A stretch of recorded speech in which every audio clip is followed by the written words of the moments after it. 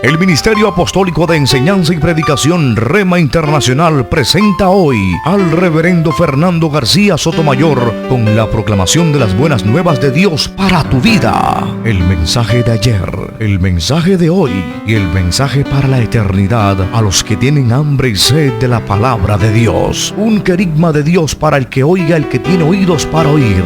Escucha el dabar del Eterno a las naciones. Ahora es el tiempo para recibir el rema del Espíritu Santo a tu espíritu. Escuchemos con fe la memra del Señor para el alma.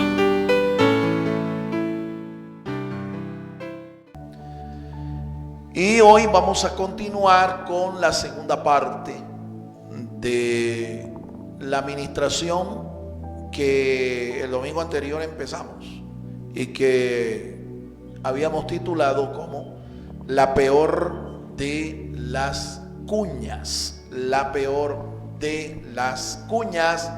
Esta es la segunda parte. Y si todos estamos listos, les invito a abrir sus Biblias en el libro de Nehemías, el capítulo 5. Vamos a leer desde el verso 1 los versículos que están allí indicados como la base bíblica para esta disertación. Nehemías capítulo 5. Escuchemos atentamente la lectura de la palabra de Dios. Usted siga con atención ahí en su propia Biblia, su propia traducción, la lectura de la gloriosa y bendita palabra de Dios. Versos 1 al 14, Nehemías 5. Entonces hubo un gran clamor del pueblo y de sus mujeres contra sus hermanos judíos.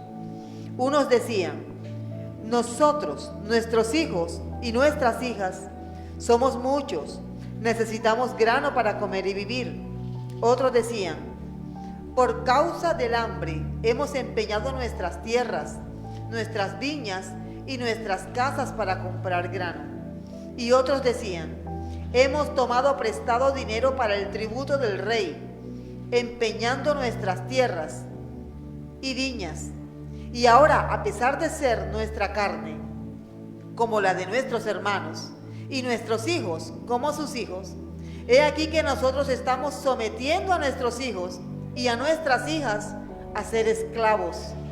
Algunas de nuestras hijas han sido sometidas a servidumbre y no tenemos posibilidad de rescatarlas, porque nuestras tierras y viñas están en poder de otros.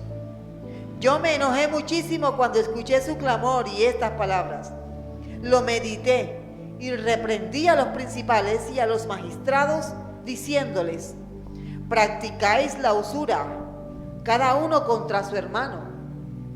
Luego congregué contra ellos una gran asamblea y les dije: nosotros, conforme a nuestras posibilidades, hemos rescatado a nuestros hermanos judíos que habían sido vendidos a los gentiles. Pero vosotros hasta vendéis a vuestros hermanos para que ellos vuelvan a ser vendidos a nosotros. Ellos callaron, pues no supieron qué responder. Y yo dije: no está bien lo que hacéis. ¿No debéis andar en el temor de nuestro Dios para no ser motivo de afrenta ante las naciones que son nuestras enemigas? También yo, mis hermanos y mis criados, les hemos prestado dinero y granos. Renunciemos por favor a esta usura. Por favor, restituidles en este día sus tierras y sus viñas, sus olivares y sus casas, y renunciad a la usura que les demandáis por el dinero, por el grano, por el vino y por el aceite. Ellos respondieron: se lo restituiremos y nada les demandaremos. Haremos como tú dices. Entonces convoqué a los sacerdotes y les hice jurar que harían conforme a esta promesa. Además, sacudí mi ropa y dije: así sacuda Dios de su casa y de su propiedad a todo hombre que no cumpla esta promesa. Así sea sacudido y quede vacío. Y toda la congregación respondió: amén. Así alabaron a Jehová y el pueblo hizo conforme a esta promesa. Además, desde el día en que el rey me comisionó para que fuese gobernador de ellos en la tierra de Judá, Desde el año 20 del rey Artajerjes hasta el año 32, es decir, 12 años, ni yo ni mis compañeros comimos del pan del gobernador. Amén. Amén. Dios nos bendiga, hermanos, por su palabra. Cierre ahora allí su Biblia y vamos a orar juntos. Vamos a pedir al Señor que nos dé entendimiento espiritual de su palabra en esta hora. Oremos. Padre Santo, le damos gracias por tu palabra. Tu palabra es bendita, Señor, desde la eternidad y por la eternidad. Te rogamos, Señor, en esta hora, que mientras tu palabra se expone, se explica, tú, Señor, estés dándonos luz, entendimiento espiritual de tu palabra. Guíanos con tu Espíritu Santo, Señor. Dame las fuerzas, dame la sabiduría, dame el entendimiento, Señor, para ser un instrumento útil en tus manos. Si yo te soy útil, Señor, úsame conforme a tu propósito y abre nuestros corazones para que al sembrar tu palabra, Señor, tu palabra en nosotros produzca vida, produzca fe, produzca esperanza, produzca frutos. Muchas gracias, Señor. Reprendemos toda fuerza del adversario ahora. Todo espíritu que se mueva en los aires, de oposición, de resistencia. Todo espíritu inmundo lo estamos atando ahora, desautorizando, ligándolo, declarándolo sin ningún tipo de influencia o poder espiritual sobre nuestras mentes, sobre nuestros corazones.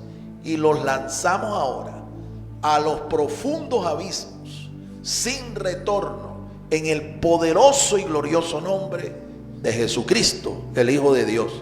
Y el pueblo de Dios dice, amén. Puede tomar su lugar, amado hermano. Bien, vamos a escuchar una breve introducción para hacer un recuento y continuar con nuestro segundo punto principal de esta disertación. Reitero, está titulada La peor de las cuñas. La peor de las cuñas. Sabemos por experiencia que la peor de las cuñas es aquella que se extrae del mismo palo, ¿no? Del mismo palo. Y este fue el caso que se dio en este evento histórico narrado aquí en el libro de Nehemías. Un tiempo en el que el pueblo retornó a su tierra con el aval, el respaldo de los emperadores, los reyes de los medos y persas. Pero en este proyecto avalado por los reyes, Nehemías a la cabeza involucró a toda la gente de la provincia, a los que regresaron realmente, porque no fueron todos. Y estando ya al frente del proyecto, se presentaron una serie de dificultades, de oposiciones, pero todo esto era externo. Esto no había paralizado la obra de Dios. Sin embargo, cuando se presentó este problema ya de orden interno, esto sí logró paralizar la obra. Así que había que resolver este problema. Y Nehemías al frente, con la sabiduría de Dios, lo hizo. De esta historia nosotros aprendemos principios de cómo nosotros también resolver conflictos cuando se presentan al interior, ya sea de nuestra iglesia, nuestro ministerio, nuestra casa, nuestra familia, nuestra empresa. Así que escuchemos esta breve introducción y nos vamos reconectando. ¿Cómo reacciona usted frente a una crisis financiera? ¿Cree usted que el pueblo de Dios está libre de problemas financieros? ¿Cómo se resuelve un problema financiero? El pueblo de Dios en los días de Nehemías resolvió neciamente sus problemas financieros, acudiendo desesperadamente a la casa de la peña y al banco de los usureros. La gran obra de Nehemías había tenido grandes obstáculos. Hasta este momento todos habían sido formidables tropiezos externos, pero ninguno había logrado detener la obra. En este pasaje, Nehemías se tiene que enfrentar a un enemigo interno. En ocasiones la obra de Dios detiene su avance gracias a los problemas internos que se dan en el pueblo de Dios. Es por cierto que no hay peor cuña sino aquella que sale del mismo palo. Los que presiden la obra de Dios deben saber identificar los conflictos internos que impiden el avance de la obra de Dios. Estos conflictos se manifiestan de varias maneras: divisiones, discordias, disensiones, sabotajes, discusiones, presiones subterráneas, desinterés para apoyar el proyecto, falta de cooperación, brazos caídos, guerra fría, apatía, etc. En el pasaje se revela que el problema o conflicto que paralizó la obra fue de origen financiero y cuya raíz espiritual era el egoísmo y la avaricia de un cierto sector del pueblo que no respaldó el proyecto de Nehemías. Los problemas económicos que no se saben resolver pueden destruir organizaciones, iglesias, empresas, naciones y familias. Aprendamos del gobernador de Judá, el copero de Susa, cómo se resuelven los conflictos económicos. Amén. Entonces, Nehemías identificó el problema, era un problema interno y era un problema bastante serio, un problema financiero. ¿Quién no tiene problemas financieros en el día de hoy, mi amado hermano? Nadie está exento de esto, ni aún nosotros como pueblo de Dios, como iglesia del Señor. La economía de este mundo a nosotros nos afecta, aunque nuestra economía no está arraigada en los sistemas económicos y financieros de este mundo. Sin embargo, cuando hay movimientos bruscos en la economía mundial, la iglesia como tal es afectada porque estamos en este mundo. Somos parte de las agrupaciones sociales de este mundo, pero no somos del mundo. Amén, hermanos. Por eso nuestra economía depende de Dios. Sin embargo, cuando se presenta una situación como esta, de orden financiero, una crisis que llevó a una huelga general, el mentor, la cabeza, la autoridad deben saber resolver este tipo de problemas. Porque los mentores están llamados por Dios es para esto, para resolver problemas. Un mentor llamado por Dios, una persona que es un líder, ya sea en su casa o en la iglesia o en una agrupación social, en una entidad civil, debe saber resolver problemas. No ser parte más del problema, sino que debe saber resolver problemas. Allí reconocemos cuando una persona realmente es un mentor, cuando tiene esta habilidad, cuando tiene esta capacidad, esta sabiduría para resolver problemas. ¿Cuántos dan gloria al Señor, hermanos? Entonces, hoy vamos a retomar porque hemos aprendido aquí a identificar, ¿sí?, a confrontar, pero sobre todo cómo resolverlo. Vamos a aprenderlo. Solamente nosotros nos estuvimos enfocando en el primer punto.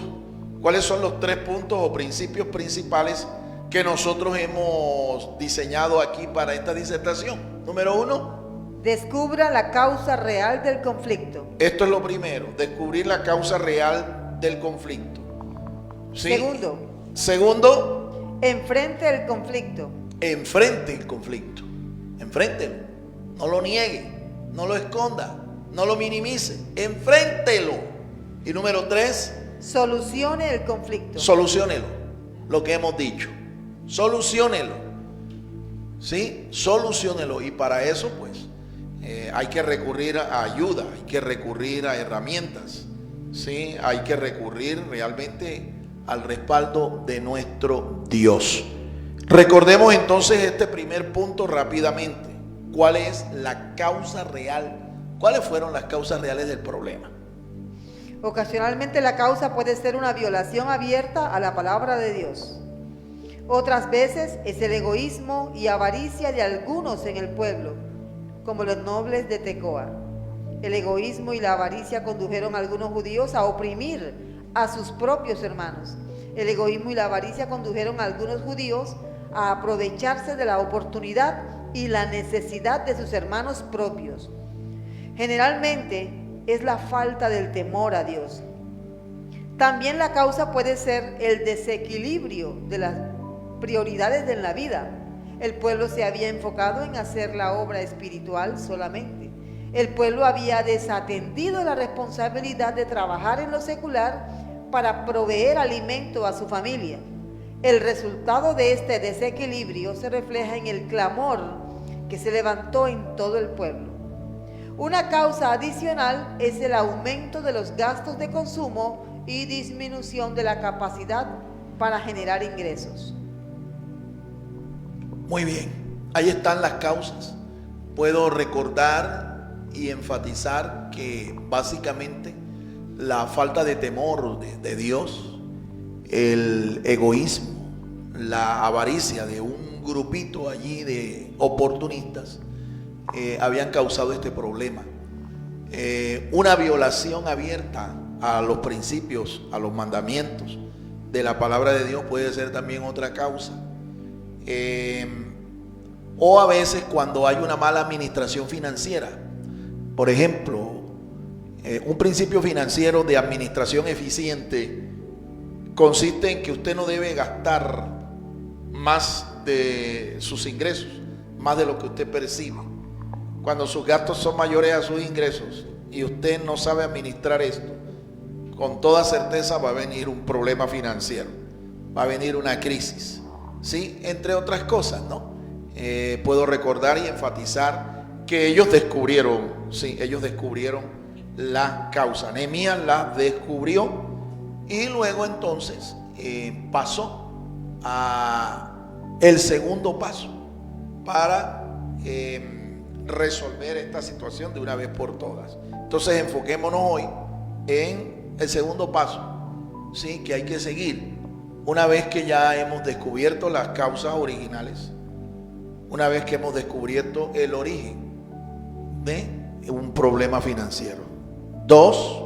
Enfrente el conflicto. Enfréntelo. Y como lo he dicho, lo reitero, no se trata de ocultarlo, no se trata de negarlo, no se trata de minimizarlo o posponer esa confrontación para después, como algunos lo hacen. Tienen el problema ahí enfrente y no lo confrontan, sino que dicen: vamos a esperar un tiempo a ver si esto se soluciona, vamos a esperar que la marea se baje, ¿sí? Que llegue el tiempo de la calma, a ver si esto pasa. Pero nosotros vemos en la práctica, en la vida real, que esta no es la mejor forma de resolverlo, porque la gente se da cuenta, pasa el tiempo, pasan las semanas, los meses, los años, y el problema sigue allí, y a veces hasta más intenso. ¿Están de acuerdo conmigo, hermanos? Te está hablando Dios en esta mañana. Te está ministrando el Señor en esta mañana. La idea es que usted sienta que realmente Dios le está hablando, ¿no?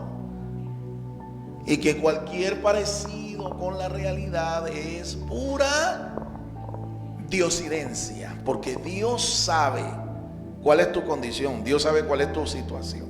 Ampliemos entonces este segundo punto. Los conflictos deben generar indignación piadosa ante la injusticia y no una fría indiferencia. Amén. Cuando usted se enfrenta a un conflicto, lo descubre, usted no puede ser una persona apática, una persona fría, una persona indiferente.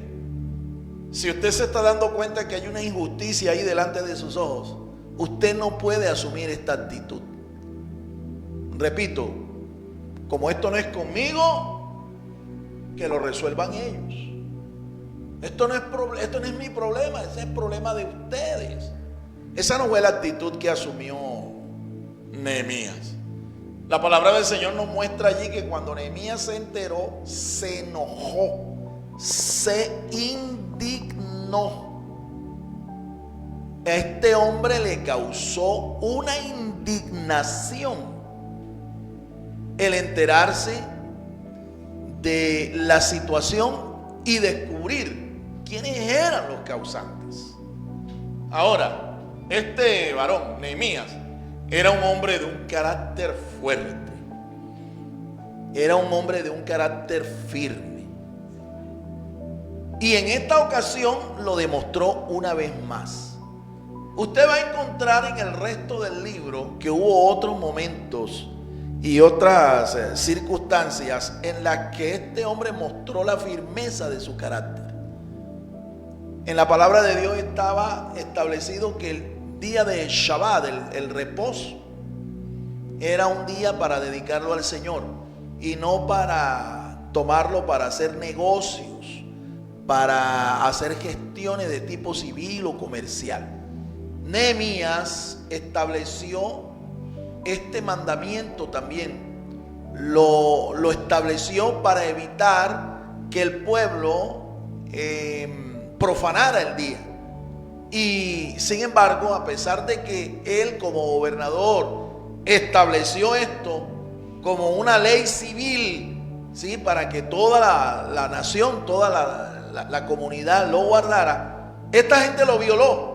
Y Nehemías les advirtió una y otra vez. La tercera vez les dijo: como ustedes hagan esto, voy a tomar contra ustedes represalias. Y no solamente se dirigió en esa ocasión, no solamente se dirigió al pueblo de Dios, sino a aquellos mercaderes que eran los que llevaban mercancías allá al pueblo, y la gente aprovechaba, tú sabes, ¿no?, para hacer el mercado, para hacer el negocio, para hacer la gestión. Y Nehemías les dijo: voy a pasar revista por el muro, y como yo lo veo a ustedes allí, aténganse. Este era un hombre de un carácter firme, mi amado hermano. En una ocasión, cuando también descubrió la situación civil de la mayoría de los líderes de la nación, gente llamada por Dios y gente entendida de que no debían casarse, no debían unirse con paganos, con paganas, lo hicieron. Y cuando Nehemías se enfrentó a esta situación, la palabra de Dios dice que él también reaccionó con ira, con indignación.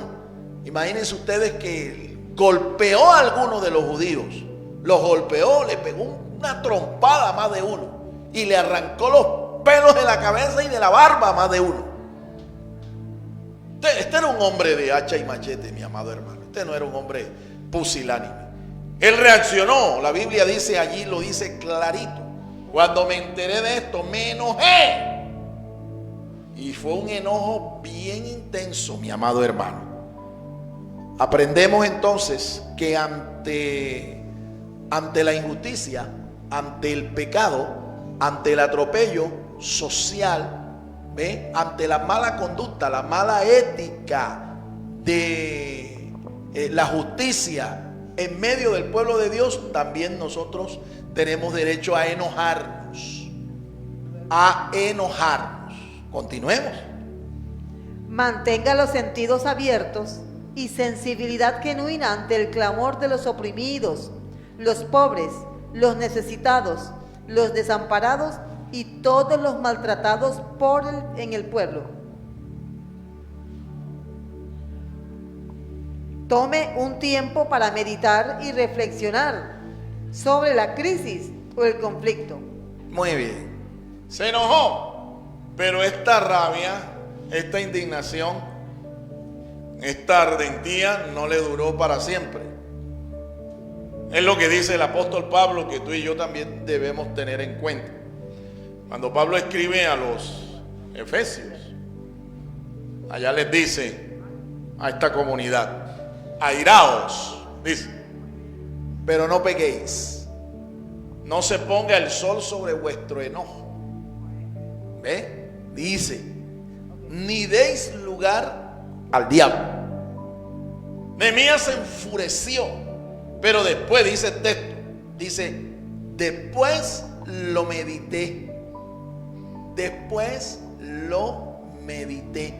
O sea, se apartó y meditó la situación. ¿Ve? ¿Qué es meditar? Mi hermano, en algunas traducciones usted va a leer que Nehemías lo habló consigo mismo. Lo habló consigo mismo. ¿Qué fue lo que habló consigo mismo?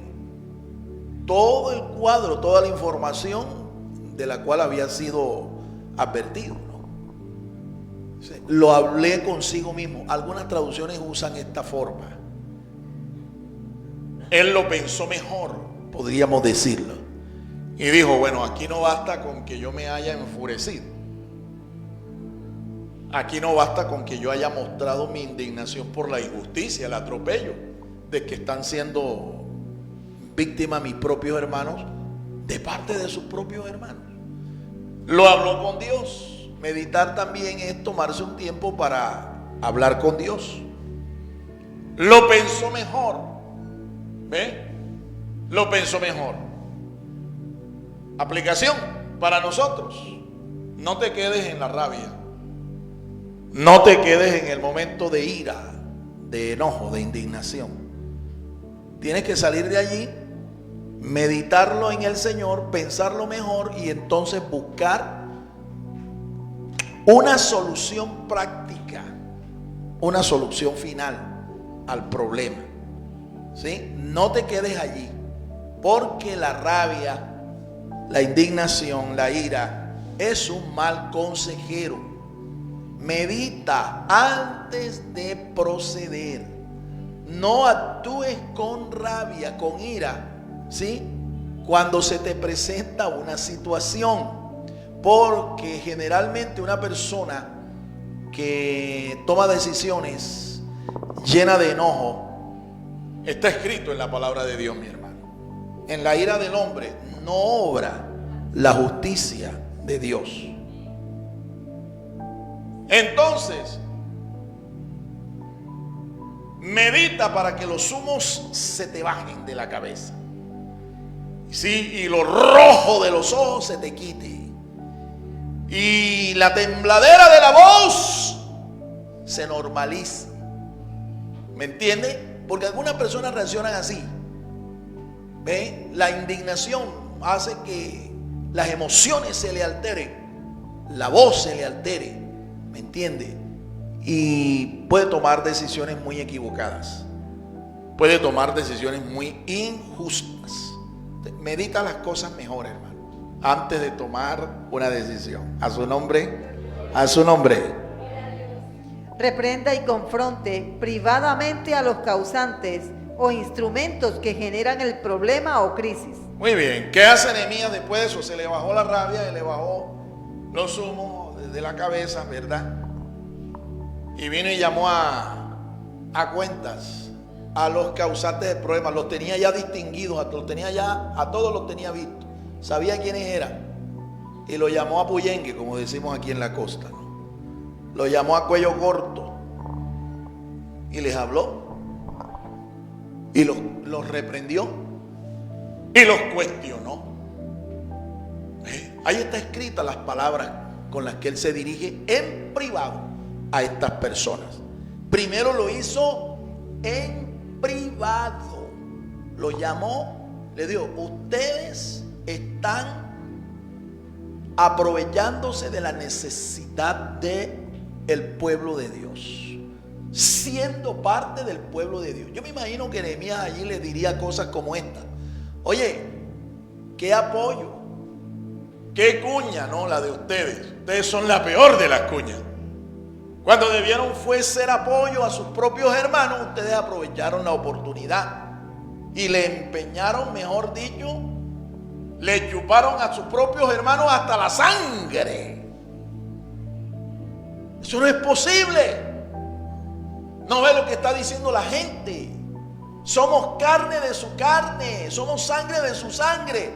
Nuestros hijos son como los hijos de ustedes, y ustedes han incluso oprimido a sus propios hermanos, esclavizando hasta a sus propios hijos, quitándoles, empeñándoles sus tierras, sus posesiones, sus casas.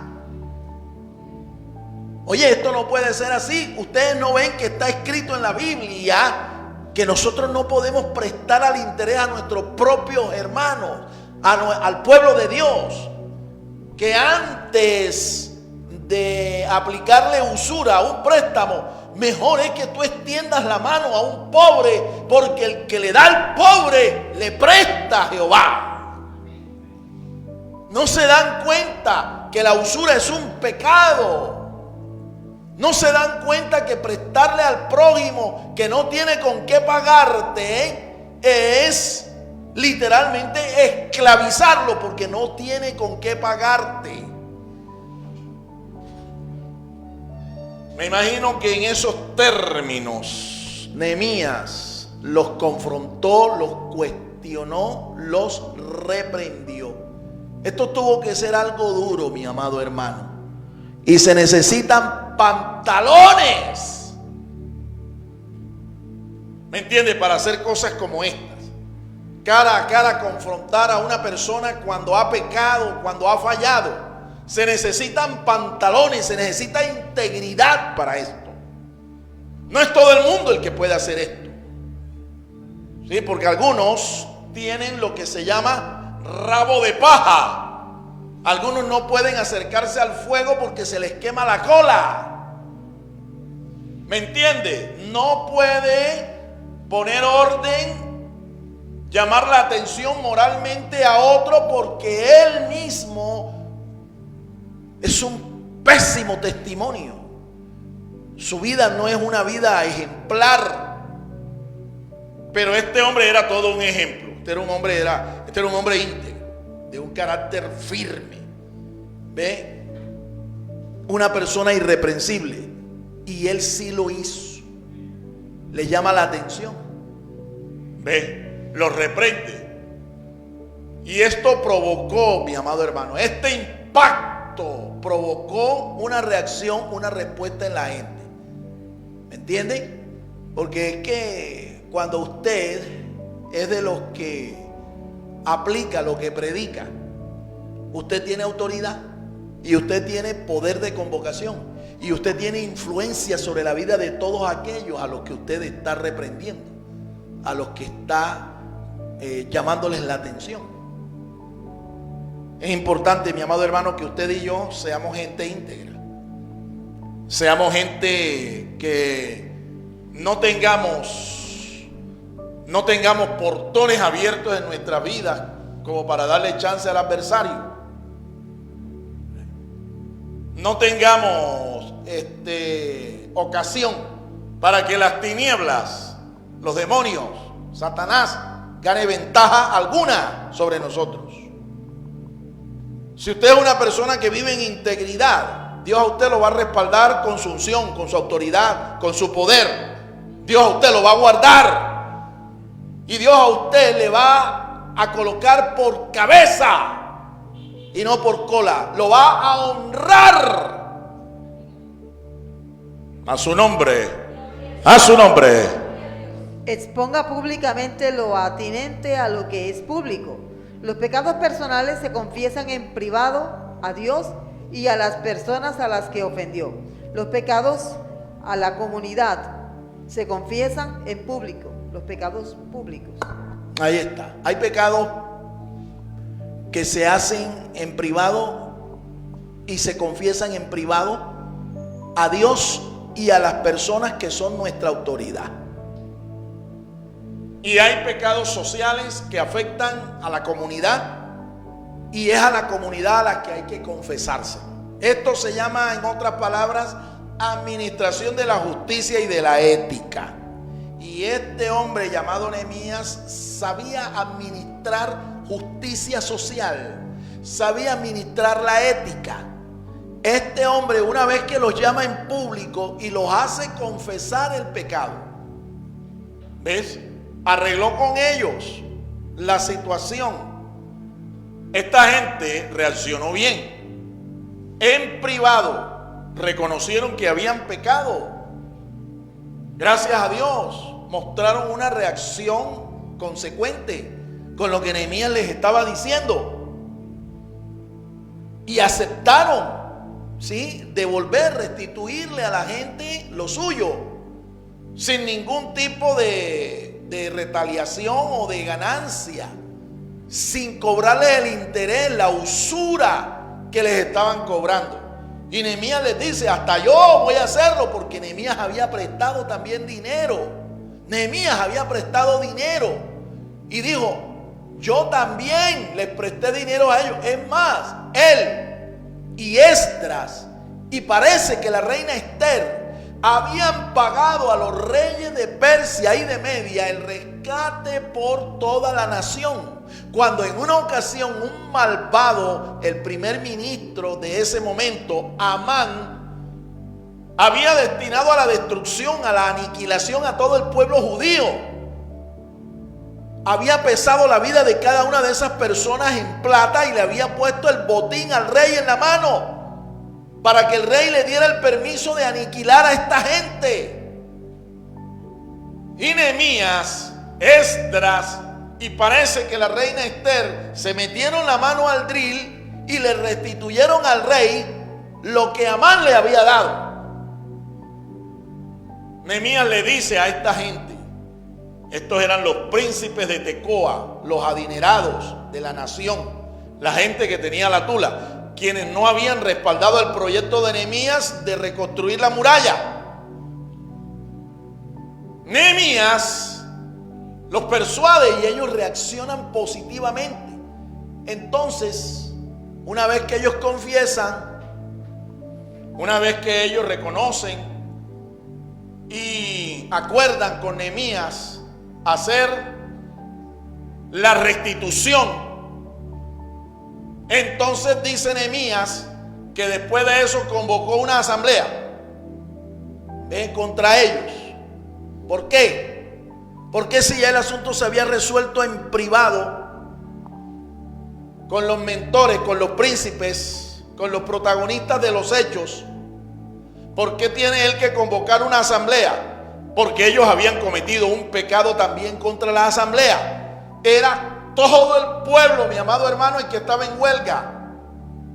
Era todo el pueblo el que se había venido en contra a reclamarle al mentor, al gobernador, el copero de Susa, Nehemías. Entonces, los pecados que se cometen contra una persona se arreglan en privado ante las autoridades de ambos. Y allí se resuelven y allí quedan. Una vez que se halla la respuesta, ¿no? Una vez que se recompone el camino, se recomponen las cosas. Pero los pecados que se cometen contra una comunidad, que se cometen contra la sociedad, pecados sociales, tienen que restituirse también social y públicamente. ¿Me están entendiendo, amados hermanos? Entonces viene Nehemías y convoca una asamblea y públicamente los compromete a ellos, a los gestores, a los que estaban provocando el problema, a los aprovechados estos. Y ellos se comprometen. Pero Nehemías no solo se queda allí, sino que Nehemías viene y convoca también a los levitas y a los sacerdotes. Y en la casa de Dios les hace firmar un pacto, un compromiso por escrito. Esto que ustedes han hecho ahora en público, este compromiso que han hecho en público delante del pueblo, esto lo vamos a escribir, porque ¿qué? Yo me imagino que Nehemías pensó lo mismo que yo también pienso. Las palabras se las lleva el viento. Y con el tiempo, cuando la gente, uno lo llama y le dice, es que usted dijo esto y lo dijo en público, ¿cuál es la respuesta de la gente? Yo no me acuerdo realmente, yo dije eso, ¿cuándo? Pero si tienes un documento escrito, le dice, tú dijiste esto y esto y esto este día, y aquí está el testimonio. Entonces vino Nehemías y lo llamó y los comprometió ahora delante de los sacerdotes en la casa de Dios. Y delante de Dios ellos firmaron un documento, un pacto, diciendo, así lo haremos. como tú lo dijiste, como lo dijimos nosotros en público, delante de toda la asamblea y delante del Señor allí en la casa de Dios. A su nombre. ¿Ya vio cómo es que se resuelven las cosas? ¿Ya vio cómo es que se resuelven los problemas? ¿Ya vio cómo es que se administra justicia? ¿Ya vio cómo es que se maneja la ética? De esa manera. De esa manera. La palabra de Dios nos enseña que nuestro Señor Jesucristo estableció un principio de restauración para todo aquel que peca contra Dios. Y dice, mira, si tu hermano peca contra ti, ve tú y reúnete con tu hermano. Trata de persuadirlo, pídele perdón a tu hermano. Trata de convencerlo de que pecó, que te faltó, que te ofendió. Si tu hermano te oye, ¿qué es lo que usted tiene que hacer inmediatamente? Si tu hermano reconoce y te oye, ¿qué es lo que tú tienes que hacer? Vea, mi hermano, aquí es borrón y cuenta nueva. Paremos este proceso desde aquí en adelante.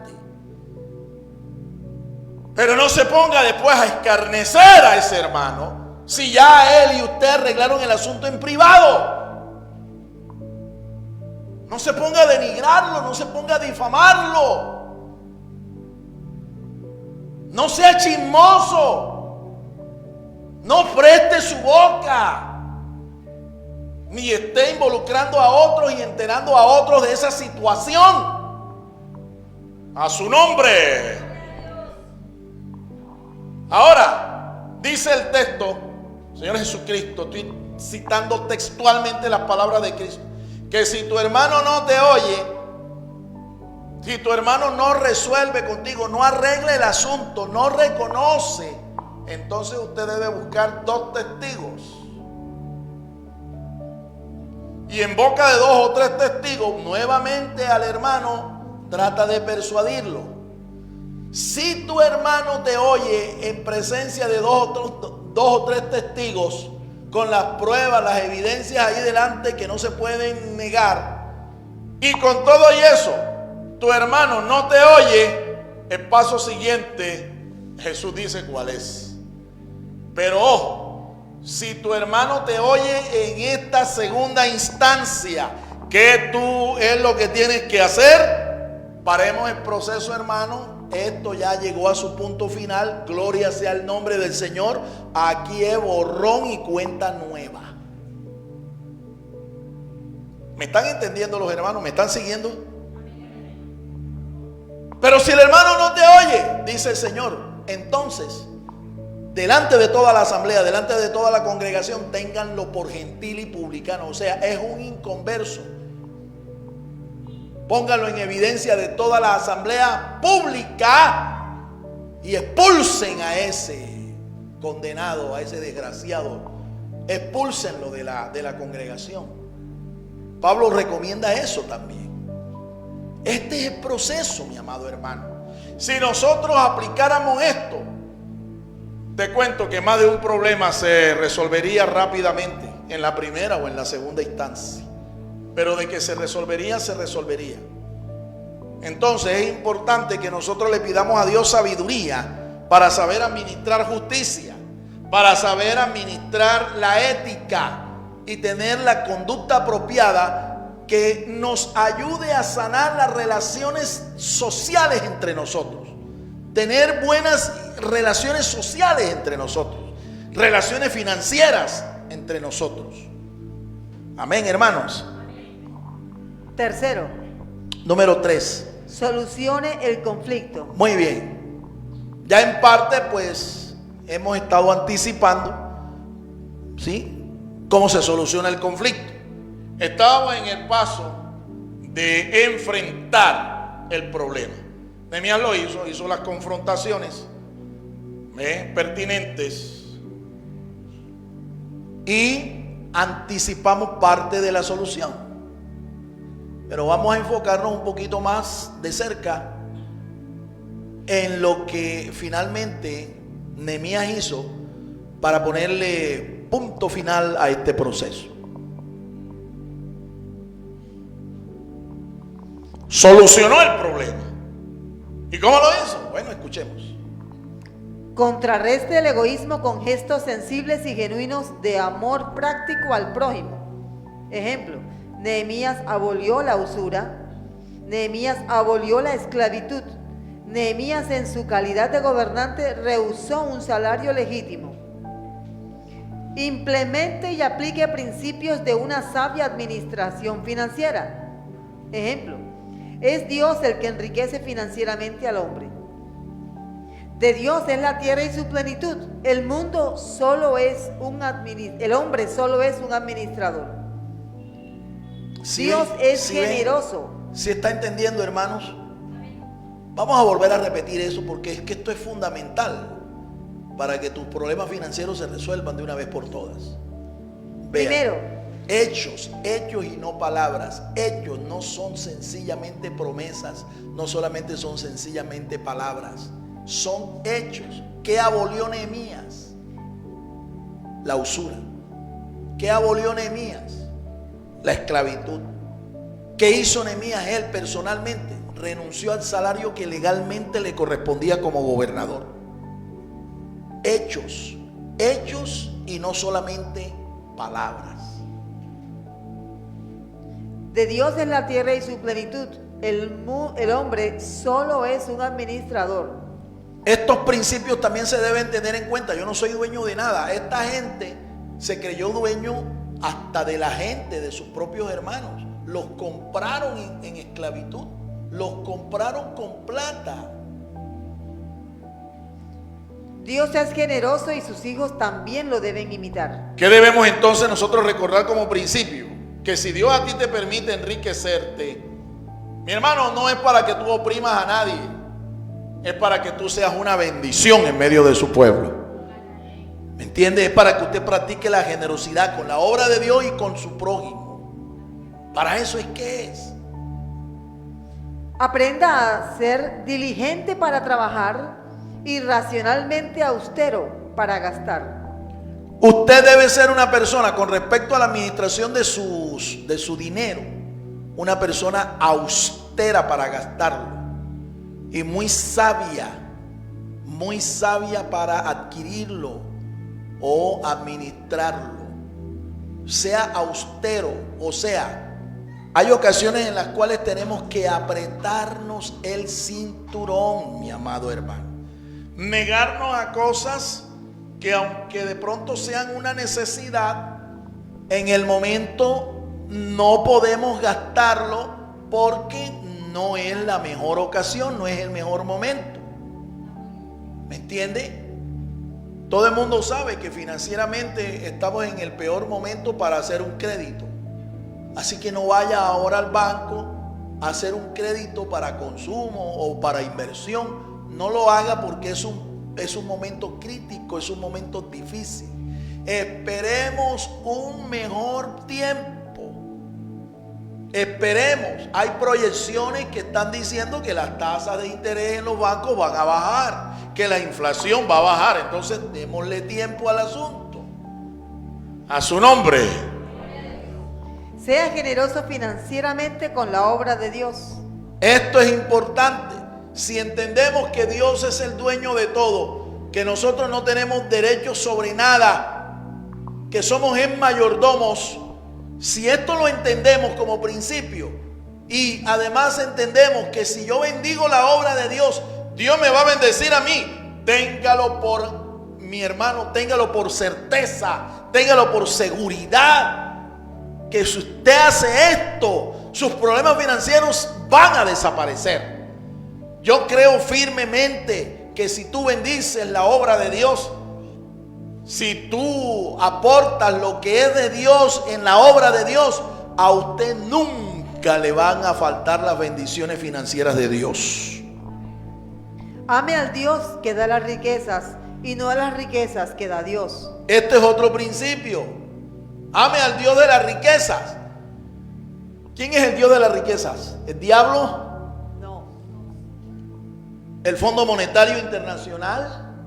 ¿El Banco Mundial de Desarrollo?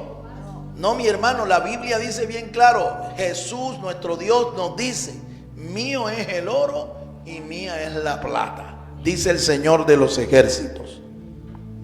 Entonces, si de Dios es la riqueza, el mundo y su plenitud, Pues tranquilo, mi amado hermano, nosotros somos hijos de Dios. No te afanes, no te afanes.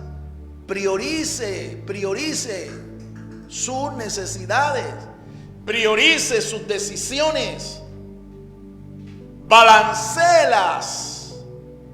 Sí, la palabra de Dios nos enseña que es primero en nuestra vida. Jesús lo dijo, Mateo 6:33 lo dice. Buscar primeramente, dice. Bueno, fíjate, ahí dice, busca primero. Ahí no dice, busca después, cuando tengas tiempo. Busca en segunda instancia, pero primero debes ocuparte tú de buscar la papita. No, no te dice eso. Jesús dice, busca primero el reino de Dios y su justicia. Dice, y las demás cosas vendrán por añadidura. Lo demás es secundario. Hoy en la clase de mentoría estábamos hablando de qué es lo primero.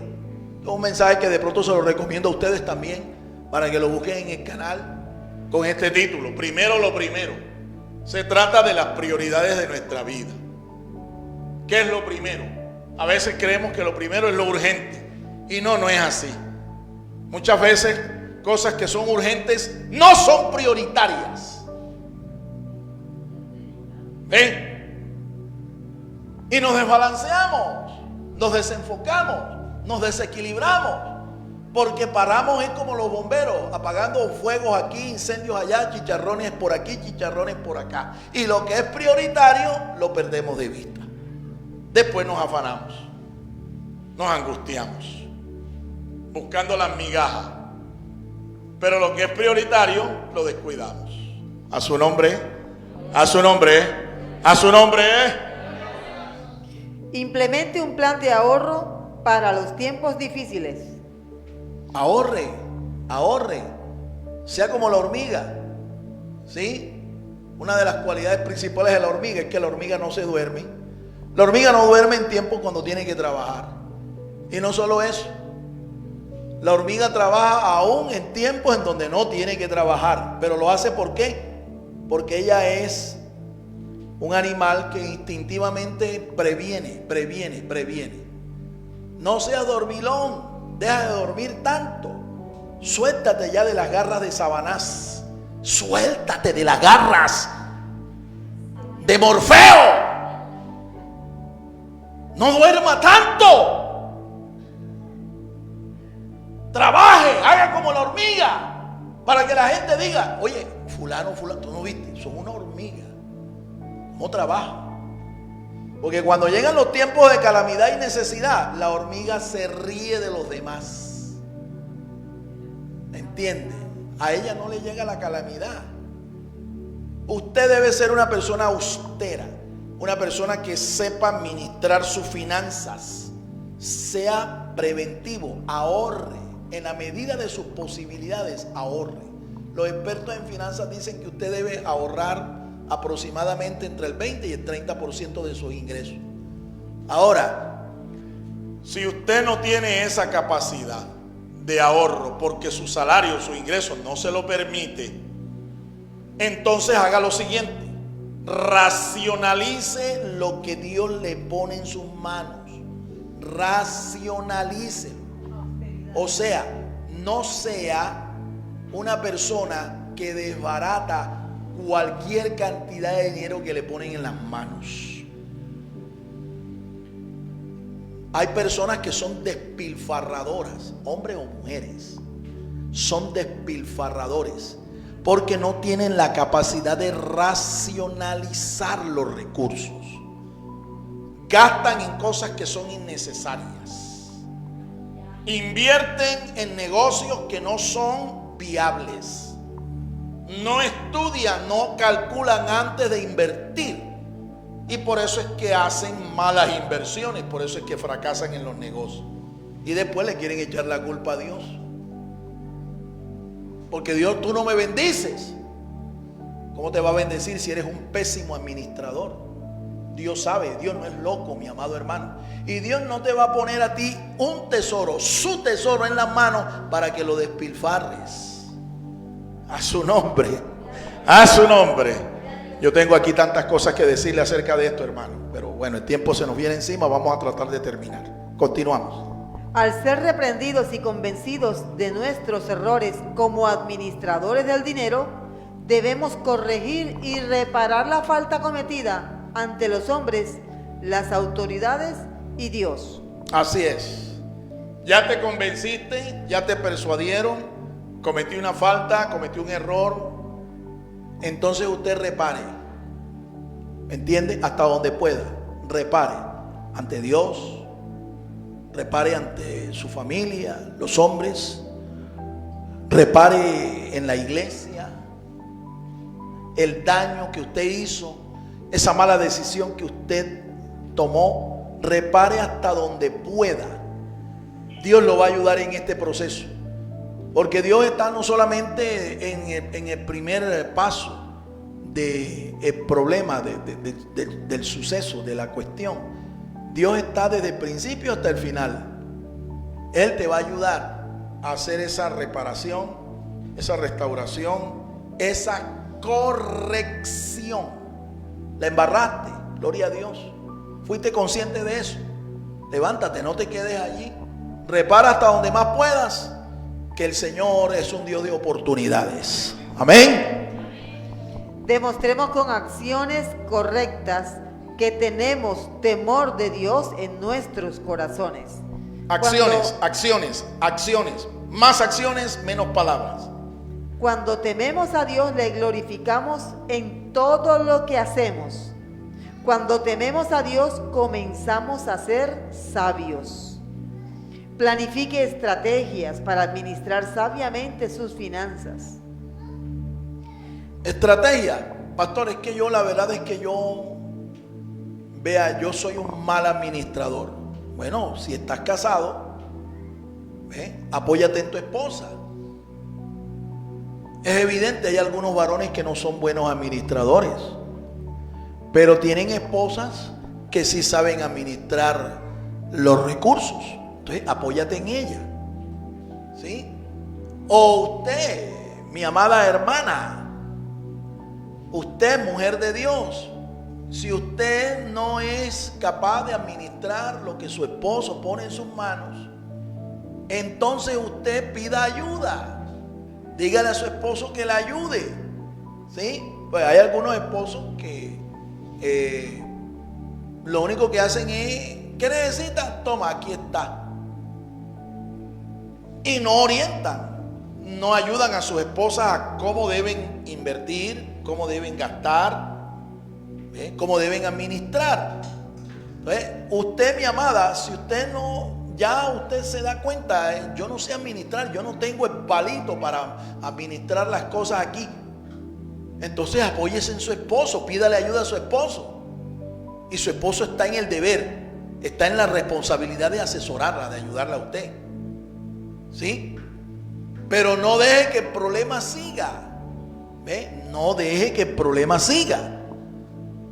Mira, hay hogares que han llegado a la quiebra porque no saben administrar sus recursos. Y no solo a la quiebra, a la separación. Y se cumple, ¿no?, ese dicho que anda por allí. Estamos juntos no hasta que la muerte los separe. Están juntos es hasta que la plata los separe. Porque no supieron administrar las finanzas. Dios entrega capacidad para ganar, disciplina para ahorrar, sabiduría para invertir, austeridad para gastar y gratitud para dar. Repitamos eso porque esto es un principio muy sabio. Muy, muy sabio. Escuchemos con mucha atención, tomemos nota si es posible de esto. Dios entrega capacidad para ganar, disciplina para ahorrar, sabiduría para invertir, austeridad para gastar y gratitud para dar. Amén. ¿Cuántos creen eso, hermanos? Concluimos. Concluimos. Resolver este tipo de conflictos es un verdadero arte. ¿Cuántos están de acuerdo conmigo en eso? Esto es un arte. Realmente es un arte. ¿Ve? Si nosotros miramos, hacemos una encuesta estadística de cuáles son los problemas que más afectan a un hogar, a una familia, a una empresa, téngalo por seguro, que los problemas financieros están entre los primeros, entre los primeros que hay que resolver. Se requiere realmente de todo un arte para estas cosas, todo un arte. Ahora, yo les comparto esto no porque yo sea un sabio, un científico, un experto, un artista para resolver problemas financieros. Yo también he cometido fallas, errores, equivocaciones financieras y de todo tipo. Pero ¿saben qué? Yo he aprendido a reconocer mis fallas. Y he hecho reparación, he hecho corrección hasta donde Dios me ha dado las fuerzas. Y cuando uno hace eso, Dios tiene misericordia. Y estas cosas que uno hace, Dios le ayuda a uno a repararlas. No basta tener habilidades naturales. También hay que echar manos de los recursos espirituales. Nehemías se apoyó en su vida de oración y en el conocimiento que tenía de la palabra de Dios. Dos cosas que son importantes para tú resolver no solo problemas financieros, todo tipo de problemas. Uno, conocimiento de la palabra de Dios. Dos, una vida de oración, una vida piadosa, una vida de oración. Estos son recursos sobrenaturales. ¿Los tienes tú? ¿No los tienes? Búscalos, búscalos. Dios te los puede proveer. Este hombre demostró ser íntegro y generoso. A pesar de su condición socioeconómica alta y excelente, ayudó a su pueblo. Él amó a sus hermanos y a su prójimo y usó las cosas, posición, privilegios, posesiones. Los hombres de Dios aman a la gente y usan las cosas. Los ambiciosos y egoístas usan a la gente y aman las cosas, el dinero, las posesiones y los privilegios. Amén. Amén. Nehemías marcó una diferencia, ¿no? Nehemías marcó una diferencia. Fue un hombre distinguido. Nehemías lo podemos considerar un tipo de nuestro Señor Jesucristo como administrador. Un tipo de Cristo. Mire lo que hizo finalmente. Quisiera que volvamos a repetir esta última idea que ahí está con respecto a lo que hizo Nehemías. Escuchemos con mucha atención. Resolver este tipo de conflictos es un verdadero arte. No basta tener habilidades naturales. También hay que echar mano de los recursos espirituales. Nehemías se apoyó en su vida de oración y en el conocimiento que tenía de la palabra de Dios. Este hombre demostró ser íntegro y generoso. A pesar de su condición socioeconómica alta y excelente, ayudó a su pueblo. Él amó a sus hermanos y a su prójimo y usó las cosas, posición, privilegio y posesiones. Usó estas cosas. ¿Para qué? Para ayudar a sus hermanos. Para ayudar a sus hermanos. Eso lo hace un buen mentor, un hombre de un carácter piadoso y temeroso de Dios. Pero aquellos que no tienen este carácter, mire lo que hacen. Los hombres de Dios aman a la gente y usan las cosas. Los ambiciosos y egoístas usan a la gente y aman las cosas. ¿Sí ve la diferencia? ¿Sí ve la diferencia?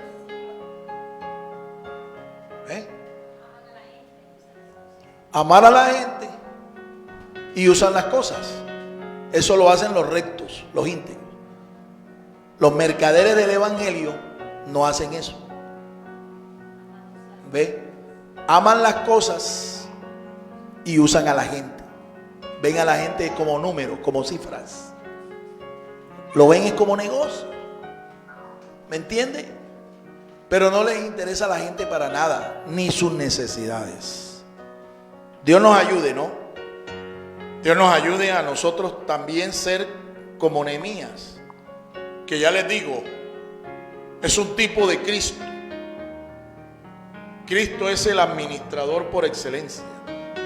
Nehemías es solo una sombra, un tipo de nuestro Señor Jesucristo. Incline su rostro allí, démosle gracias al Señor. Padre bendito, a ti sea toda la honra, la gloria y la alabanza. Gracias, Señor, por la oportunidad que tú nos das de poder aprender de ti. Ayúdanos, Señor, que esta palabra sea sembrada en nuestros corazones y que el enemigo no la arranque, Señor, sino que tu palabra produzca fruto, así como la buena semilla que se siembra en la buena tierra y da fruto 30, 60 y al 100 por uno. Muchas gracias, Señor. Mientras usted le sigue dando gracias al Señor aquí, yo me voy a dirigir a aquellas personas que hoy me han escuchado, me han visto.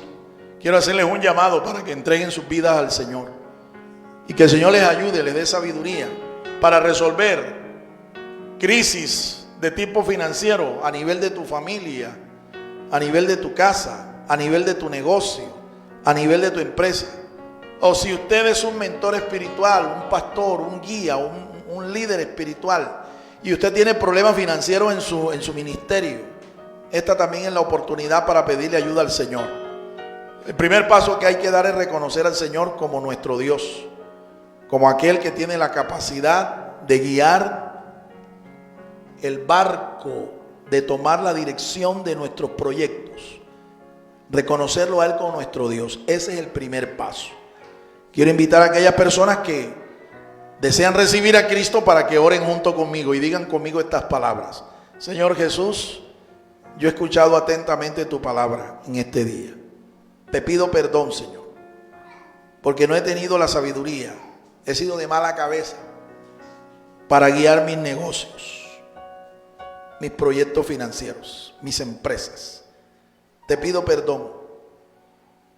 Quiero reconocerte a ti como mi Señor y mi Salvador. Perdona mis pecados y escribe mi nombre en el libro de la vida. Séllame con tu Espíritu Santo y lléname de tu sabiduría. Te entrego las riendas de mi vida, de mi casa, de mis negocios, de mis asuntos, mis proyectos. Todo lo entrego en tus manos. Reconozco que tú eres el Hijo de Dios y que tú moriste en una cruz para darme vida, salvación, plenitud de vida. Gracias, Señor. Amén, amén y amén. El Ministerio Apostólico Rema Internacional pone a disposición esta predicación. Ofrecemos ministración a simposios, seminarios, campañas evangelísticas, educación globalizada sana y de carácter interdenominacional. Escríbanos a ministerioremainternacional@gmail.com o llámenos al celular 316-270-7181.